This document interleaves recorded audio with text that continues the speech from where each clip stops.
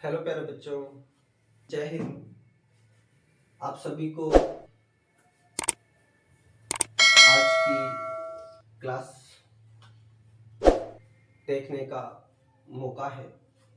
आप अंश education hub platform पर त्रिकोणमिति जो हमने चैप्टर स्टार्ट किया था 10वीं बोर्ड एग्जाम से रिलेटेड, आरबीएससी यानी राजस्थान बोर्ड से संबंधित जिस चीज की बात हम कर रहे थे।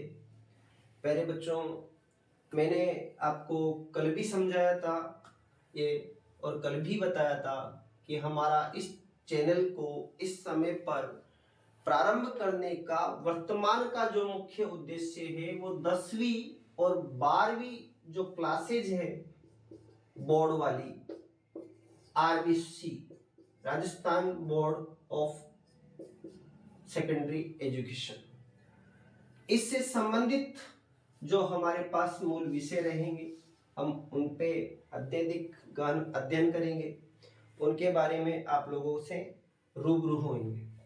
हमने पिछले भाग में त्रिकोणमिति की बेसिक जो जानकारी थी वो प्राप्त की थी। हमने इस चैनल प्लेटफॉर्म को गणित मैथमेटिक्स विषय से प्रारंभ किया है और मैं आशा करता हूं कि मैं आप लोगों के जितने भी प्रॉब्लम्स होती है उनका जवाब दे पाऊं। आपके कमेंट्स मुझे मेरे वीडियो पर मिले, उनके लिए आपको बहुत बहुत धन्यवाद। आपने मेरा साथ दिया और उसमें पढ़ाई हुई चीज को पसंद किया। कई लोगों ने उसको देखा और लाइक किया। आप इस चैनल को सब्सक्राइब करें, जितना हो सके शेयर करें, ताकि अत्यधिक से अत्यधिक जो बच्चे हैं उनको इसका फायदा मिल सके। तो प्यारे बच्चों, हमने त्रिकोणमिति के बेसिक को जाना था और बेसिक में हम थोड़ा सा कल वाली क्लास की चर्चा करते हैं। पहले रिवीजन के तौर पर हमने देखा था हमारे पास त्रिकोणमिति के कुछ मान निकल कर आए थे, साइन कोस, इसके बाद साइन कोस टेन कोसेक, इसका सेक और इसका कोट। जब साइन के बारे में हम चर्चा कर रहे थे तो हमारे पास मान था कि लंब अगर कर्ण के साथ कॉम्बिनेशन बनाता है तो हम उसे साइन कहेंगे। अगर इसी प्रकार आधार किसके साथ कॉम्बिनेशन बनाता है, कर्ण के साथ, हम उसे कोस कहेंगे, कोसाइन। इसके बाद अगर लंब आधार के साथ कॉम्बिनेशन बनाता है तो उसे टेग्नेट कहेंगे, यानी टेन थीटा। इसी प्रकार अगर साइन का उल्टा हम पढ़ना चाहें कि कर्ण लंब से कॉम्बिनेशन बनाए तो कोसेक हो जाएगा, कर्ण आधार से कॉम्बिनेशन हो जाए तो सेक हो जाएगा, और लंब आधार की जगह आधार लंब से कॉम्बिनेशन करता है तो हम उसे कोट कहेंगे। यहां हमने इनका रिवर्स फॉर्म भी जाना था कि साइन थीटा का जो मान होता है वो मान 1 कोसेक थीटा होता है, यानी कोसेक को आप बटे में लिख दीजिए। इसी प्रकार कोसेक थीटा का जो मान होगा वो साइन कहां चला जाएगा, अपॉन में 1 के। सेकेंडरी कंडीशन में हमने देखा था जो कोस थीटा का मान होता है 1/सेक थीटा होता है, और सेक थीटा का मान जो होगा वो कहां चला जाएगा, कोस चला जाएगा बटे में। इसी प्रकार थर्ड कंडीशन में हमने देखा था कि टेन डबल मान लेकर चलता है। एक कहता है मैं साइन में कोस का भाग दूंगा, यानी साइन बटा कोस, और एक कहता है मैं साइन 1 क्या हो सकता हूं, कोट हो सकता हूं। इसी प्रकार टेन का रिवर्स हम कोट करते हैं, कोट का मान क्या हो जाएगा, टेन का उल्टा कोस बटा साइन, कोस में भाग चला जाएगा साइन का, और यहां पर 1/कोट की जगह क्या आ जाएगा, 1/10। तो यहां तक की बेसिक जानकारी हमने ले ली थी, और इस जानकारी के आधार पर हमने कल एक सवाल भी किया था। तो ये ट्रिग्नोमेट्री की जो साधारण जानकारी है वो हमें होना चाहिए कि क्या मान होते हैं, किस मान का क्या प्रारूप होता है, किस मान की जगह पर हम क्या लिख सकते हैं। हालांकि त्रिकोणमिति में आगे बहुत कुछ है, ये इसका प्रारंभ है, ये इसका अंत नहीं है।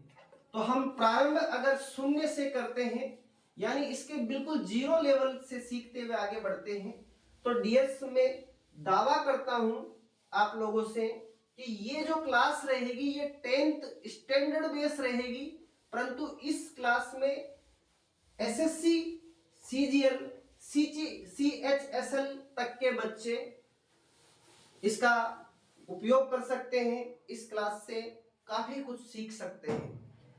ये मेरा व्यक्तिगत अनुभव है, जिस अनुभव को मैं आप लोगों के सम्मुख शेयर कर रहा हूं प्यारे बच्चों। तो आज की क्लास हम जहां से प्रारंभ करने जा रहे हैं वो एक्सरसाइज हमने कल प्रारंभ की थी, क्लास 10th की 8.1। क्लास 10th की जो आरबीसी की बुक है इसमें इस एक्सरसाइज को 8.1 8 एक्सरसाइज में दिया है। उसका हम पहला चैप्टर, पहला भाग प्रारंभ कर रहे हैं और हमारे अंश एजुकेशन का दूसरा वीडियो त्रिकोणमिति का दूसरा भाग प्रारंभ कर रहे हैं। पहले भाग में हमने सिर्फ जाना कि इसका बेसिक परिचय क्या होता है। तो दोस्तों आज में हम प्रारंभ करते हैं कि इसका पहला सवाल यानी पहली प्रॉब्लम हमसे क्या कहती है। ये कह रहा है त्रिभुज ABC में जिसका B पर समकोण है,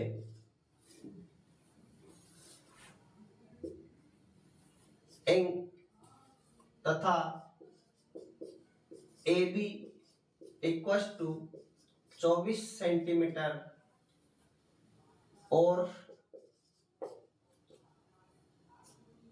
BC इक्वल्स टू 7 सेंटीमीटर है,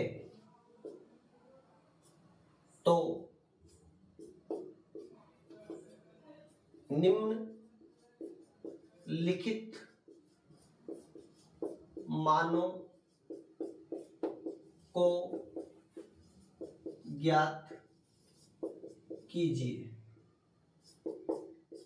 तो डियर हमें किन मानों को ज्ञात करना है? पहली बार में दे रखा है sine A comma cos A, दोनों अलग अलग है। दूसरे में दे रखा है साइन C और आगे दे रखा है कोस C। इस सवाल के बाद हम कल वाली क्लास का जो अंतिम सवाल था उस पर चर्चा करेंगे कि कल वाली क्लास का अंतिम सवाल क्या था। तो हम इस सवाल का प्रारंभ देखते हैं।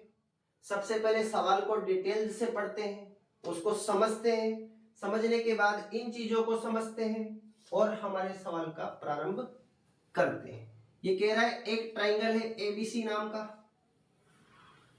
जिसका B पर समकोण है, यानी आपको ABC एक ट्राइंगल बनाना है और इस 90 डिग्री वाली जगह पर क्या लिखना है? B पर क्या है भैया? समकोण। तो ये हो जाएगा A और ये हो जाएगा C। तो हमने एक चीज तो डिसाइड कर ली कि अगर ये 90 डिग्री है तो जाहिर सी बात है ये सबसे बड़ी भुजा कर्ण कहलाएगी। यहां तक हम श्योर है। आगे पढ़ने पर सवाल कह रहा है कि AB 24 है, AB हुई ये, तो ये कितनी है भाई? 24 सेंटीमीटर है। इसी के बाद वो कह रहा है कि BC जो है यानी BC यानी ये 7 सेंटीमीटर है। और इसी आधार पर हमें क्या करना है? निम्नलिखित नीचे लिखे हुए मान, तो कौन से मान लिखे? Sine A cos A sine C cos C, इनके मान हमें फाइंड करने हैं। तो हमें इस चीज को देखने के बाद ये पता चल रहा है कि हमारे पास एक लाइन ये भी है, एक लाइन ये भी है, पर ये लाइन नहीं है। यानी साहब जो लाइन नहीं है उसको निकाल सकते हैं अपन किस चीज से? पाइथागोरस प्रमेय। पाइथागोरस जो थ्योरम है उस चीज से हम क्या निकाल सकते हैं? कर्ण। क्योंकि हमें फाइंड क्या करना है? कर्ण फाइंड करना है। पाइथागोरस थ्योरम क्या कहता है? पाइथागोरस थ्योरम कहता है कि हाइपोटेन्यूज का square equals to L square plus base square plus perpendicular square. तो हाइपोटेन्यूज यानी कर्ण, कर्ण हमारे पास नहीं है तो कर्ण को कर्ण ही रहने दो। तो कर्ण का नाम हमारे पास त्रिभुज में क्या दे रखा है, एसी। देखिए ए से लेकर सी तक की जो लाइन है वो क्या है, कर्ण है। इसके बाद बी यानी बेस। अब बी यानी बेस और परपेंडिकुलर यहां तो डिसाइड नहीं करना है क्योंकि अभी तक हम कर्ण निकाल रहे हैं, तो आप कुछ भी रख सकते हैं, जैसे 7 बेस रख लिया, परपेंडिकुलर मान लिया मैंने 24 है। आगे जब अपन चलेंगे तो AC में कुछ भी नहीं है तो AC स्क्वायर रहने दो, 7 का स्क्वायर करेंगे तो हो जाएगा 49 और 24 का जब वर्ग करेंगे हम हो जाएगा डियर 576। जब हम 49 में 576 ऐड कर देंगे तो ये हो जाएगा 625 625। डियर ये कह रहा है कि मेरे पास तो स्क्वायर है तो मैं स्क्वायर को हटाऊं तब तो खुद रहूं अकेला। तो अगर इधर से स्क्वायर हटता है, यानी अगर लेफ्ट हैंड साइड से आप इधर स्क्वायर हटाते हैं तो राइट हैंड साइड पे क्या लग जाएगा, उत्तर वामा साइड पे क्या लग जाएगा, रूट लग जाएगा। 625 एक वर्ग संख्या है क्योंकि 625 का एग्जैक्ट वर्गमूल कितना होता है, स्क्वायर रूट 25।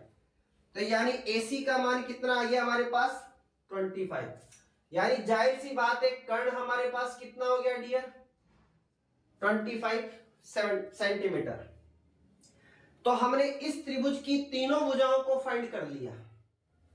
तो फाइंड करने के बाद अब हम चलेंगे कि हमें फाइंड क्या क्या करना है। यानी जब हमने कर्ण निकाल लिया तो कर्ण निकालने के बाद हम उन मानों की तरफ बढ़ेंगे कि हमें लाने कौन कौन से मान है। तो एक बार यहां तक आप चाहें इसको कॉपी पेन लेकर नोट कर सकते हैं और चाहें तो आप इसका स्क्रीनशॉट लेकर रख सकते हैं, चाहे तो आप इसको पॉज करके आराम से उतार सकते हैं डियर, या बार बार देख सकते हैं कैसे सवाल ये हैंडल हो रहा है। अब आगे बढ़ते हैं डियर, मैं कह रहा हूं आप लोगों से किसी भी समस्या को एक साथ हल नहीं करना है, उसको टुकड़ों में तोड़कर हल करना है ताकि समस्या ही खत्म हो जाए। जैसे बड़ी सी चट्टान अगर तोड़नी है तो उसको अलग अलग टुकड़ों में तोड़ना पड़ेगा। तो ये सवाल अगर अपने को तोड़ना है तो डियर हमें इसको अलग अलग टुकड़ों में तोड़ना पड़ेगा। पहला टुकड़ा हमने कर्ण फाइंड करके ले लिया। अब सेकंड नंबर की चीज आती है, हमें फाइंड क्या करना है। सबसे पहले हमें फाइंड करना है साहब साइन A का मान कितना होगा। अब ये कह रहा है मैंने आपसे कल कहा था कि B पर समकोण है, यानी B की पिक्चर खत्म। B पर समकोण है यानी अब B नहीं रहा है।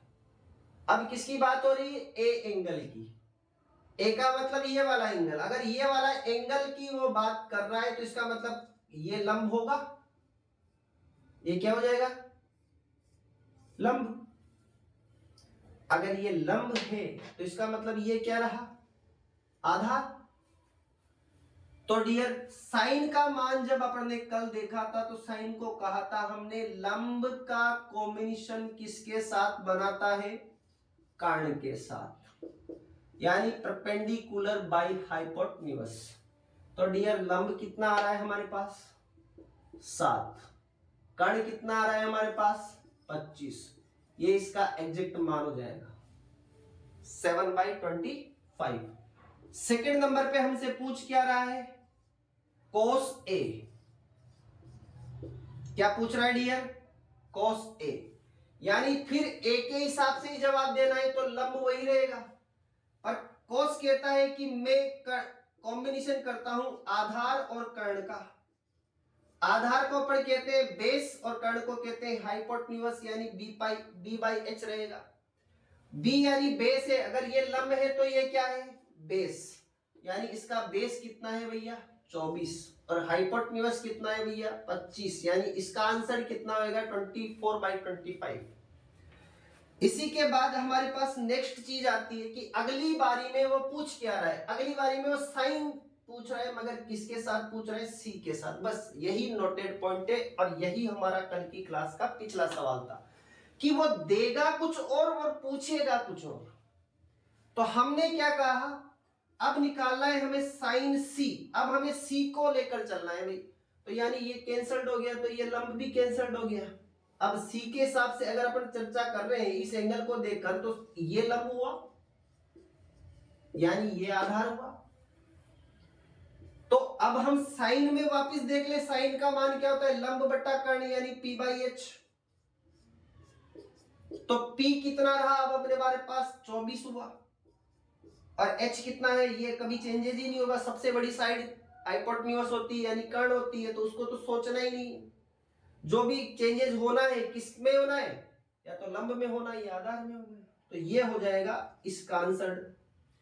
चौथे नंबर पे इसी सवाल में उसने पूछा क्या है, आप कोस सी भी बताया, यानी सी के हिसाब से ही मान देना है। पर क्या मान देना है साहब, कोस का मान देना है। कोस का मतलब क्या होता है, बी बाई एच यानी बेस बटे हाइपोटेन्यूज यानी आधार बटा कर्ण। अब इसी सवाल में अगर मैं इसे एंगल मान रहा हूं, तो ये लंब आधार कितना 7, और ये हाइपोटेन्यूज तो वही है 25, यानी इसका आंसर हो जाएगा ये। तो इस सवाल को इस प्रकार डील करेंगे सर। हम पहली वाली जो सवाल है हमारा, पहला जो सवाल है, इसको इस प्रकार अलग अलग टुकड़ों में तोड़ के डिवाइड करेंगे। तो दोस्तों ये सवाल इस प्रकार सोल्व होगा। ट्रिग्नोमेट्रिकल समस्या को हल करने के लिए हमें होपलेस नहीं होना है। एकदम से जो स्टूडेंट्स होते हैं वो एग्जाम टाइम पर जो परीक्षा समय चलता है, परीक्षा से पहले का समय और परीक्षा के समय का समय, वो स्टूडेंट्स के लिए बहुत ज्यादा महत्वपूर्ण होता है। और इसी समय पर क्या होता है परीक्षार्थियों के साथ कि वो एग्जाम फोबिया का शिकार हो जाते हैं। एक प्रकार का भय उनके मन में बैठ जाता है कि मेरे साथ क्या होगा, मैं कैसे इसको हैंडल कर पाऊंगा, कैसे मैं बोर्ड परीक्षाएं दे पाऊंगा, कैसे मैं गणित हल पर कर पाऊंगा, पूरा पेपर कैसे करूंगा। तो इसमें हम लोग आपकी मदद करेंगे। ऐसा कुछ इतना इसमें सोचने वाली बात ना है, परंतु गणित जो है एक प्रैक्टिस करने के लायक सब्जेक्ट है। इसको डियर पढ़ा नहीं जा सकता जब तक आप लोगों के मन में इसको सीखने की भावना नहीं आएगी, तब तक गणित को जानना और समझना पॉसिबल नहीं है। अगर इसको समझना है तो इसको आपको प्रैक्टिस में लाना होगा, यानी हर सवाल को जब तक बार बार हम हल करने की कोशिश नहीं करेंगे, तब तक हम उस सवाल का एग्जैक्ट उत्तर प्राप्त नहीं कर पाएंगे।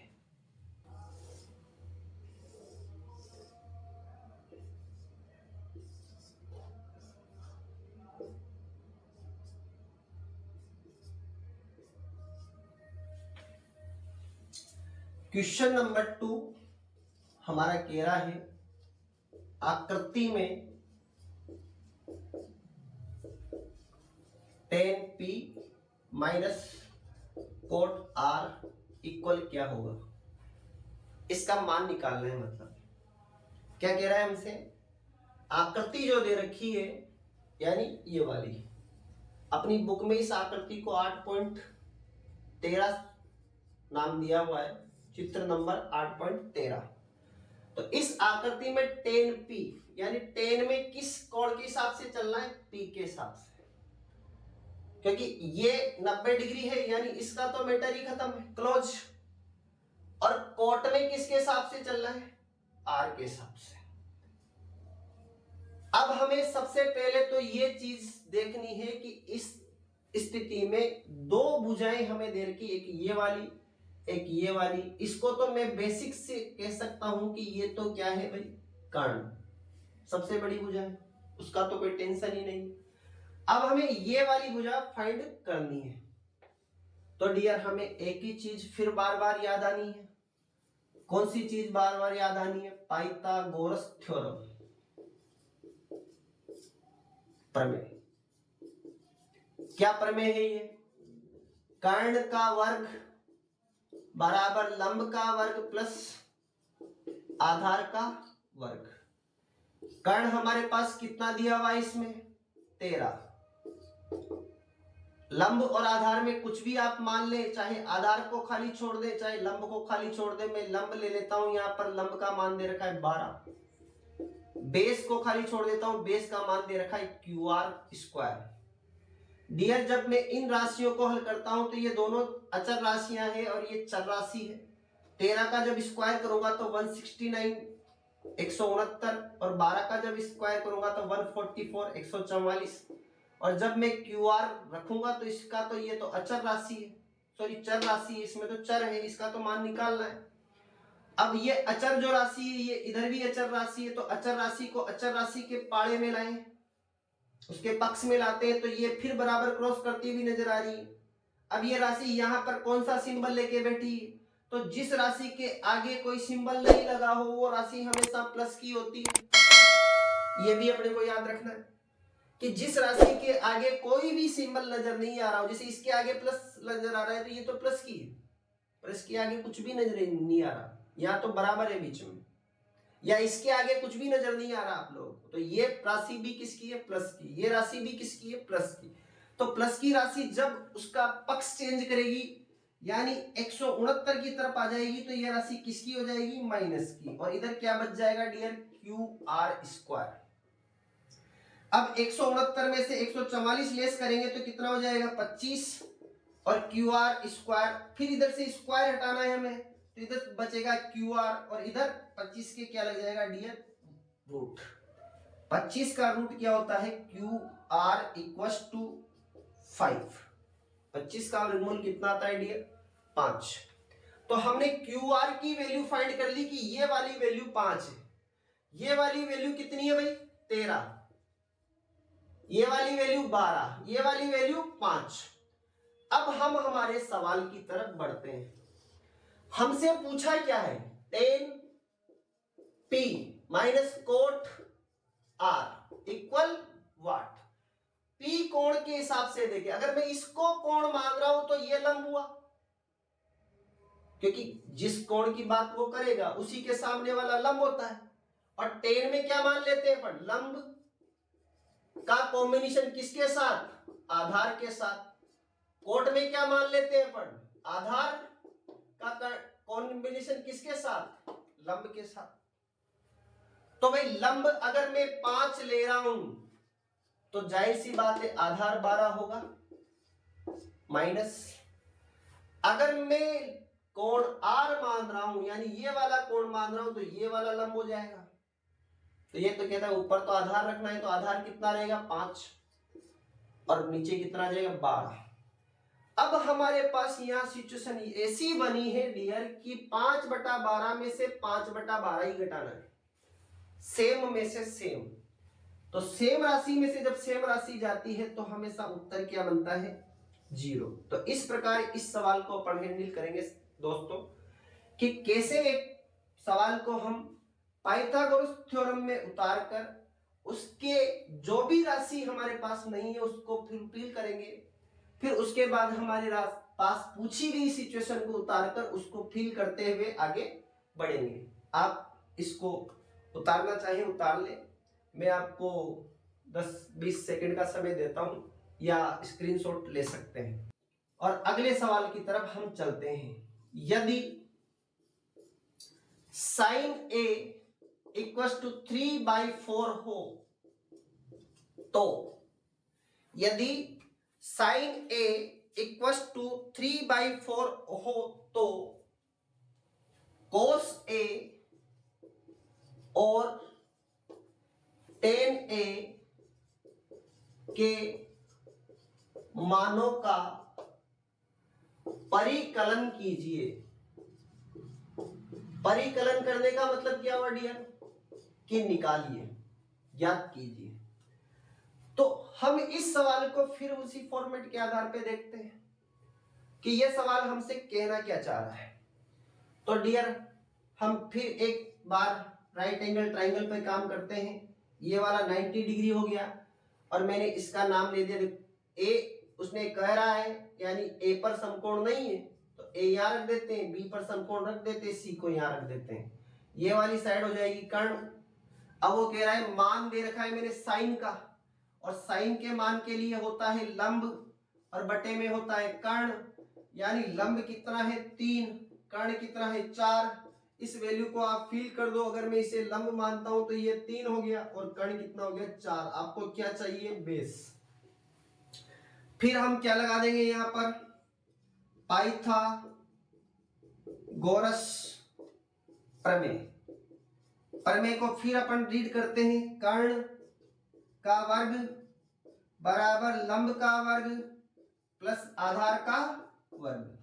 कर्ण कितना दे रखा है डियर 4 का वर्ग, लंब कितना है 3 का वर्ग, आधार कितना है BC का वर्ग।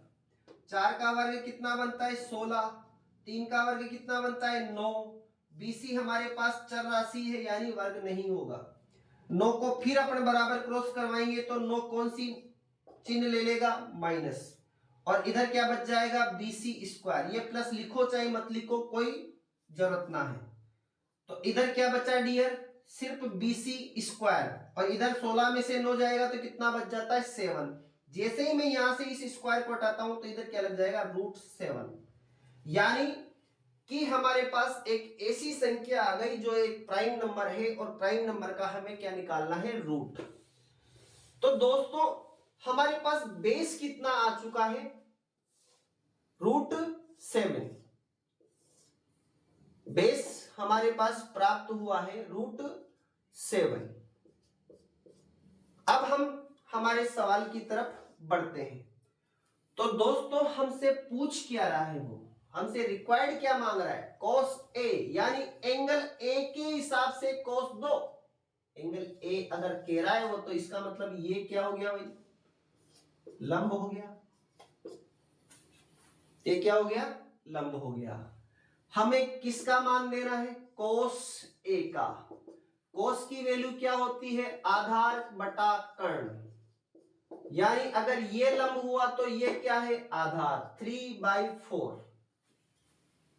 ठीक है, फिर वो क्या कह रहा है tan A दो, यानी ये भी जवाब किसके हिसाब से देना है A। tan का मान क्या होता है लंब बटा आधार, यानी लंब का कॉम्बिनेशन आधार के साथ। लंब कितना है भाई √7 और बाई आधार कितना है भैया 3। आधार कितना है भैया 3। तो इस प्रकार इस सवाल के जवाब भी हम निकालेंगे। आप 10-20 सेकंड से इसे या तो स्क्रीनशॉट ले लें या अपनी नोटबुक में उतार लें। इसको बार बार पॉज करके भी देख सकते हैं कैसे सवाल सॉल्व हुआ है, ये कैसे इसका अपन ने हैंडल आउट किया है। तो दोस्तों इस प्रकार हम इन टाइप के जो सवाल होंगे उनको हल करने की कोशिश करेंगे। प्यारे बच्चों मेरा मकसद जो इस अध्याय को शुरू करने का है वो मूल ये है कि बोर्ड जो परीक्षा है 10वीं उसमें विद्यार्थियों को ये जो अध्याय है एक्सरसाइज वो थोड़ा सा परेशान अत्यधिक करती है, इसलिए हम इस एक्सरसाइज को पहले स्टार्ट कर रहे हैं। और हम इसी क्रम में आज के लिए सवाल देखते हैं अंतिम, और इसके बाद में एक सवाल फिर आप लोगों के लिए छोड़ूंगा। चाहे तो आप सब उसको अपनी बुक से भी हल कर सकते हैं, मैं सवाल नंबर आपको बता दूंगा और यहाँ बोर्ड पे लिख के भी आपको सवाल को छोड़ूंगा।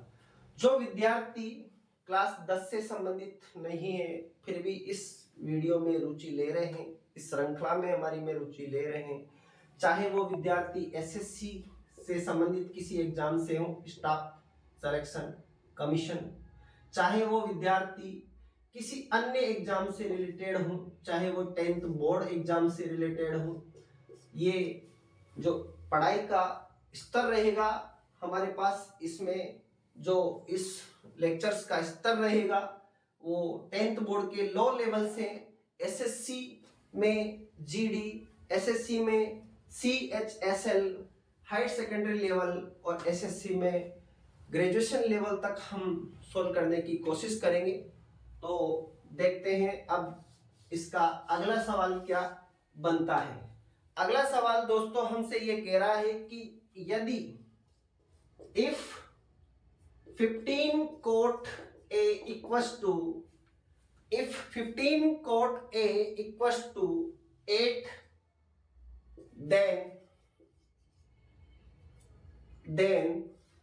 if 15 cot A equals to 8, then sin A and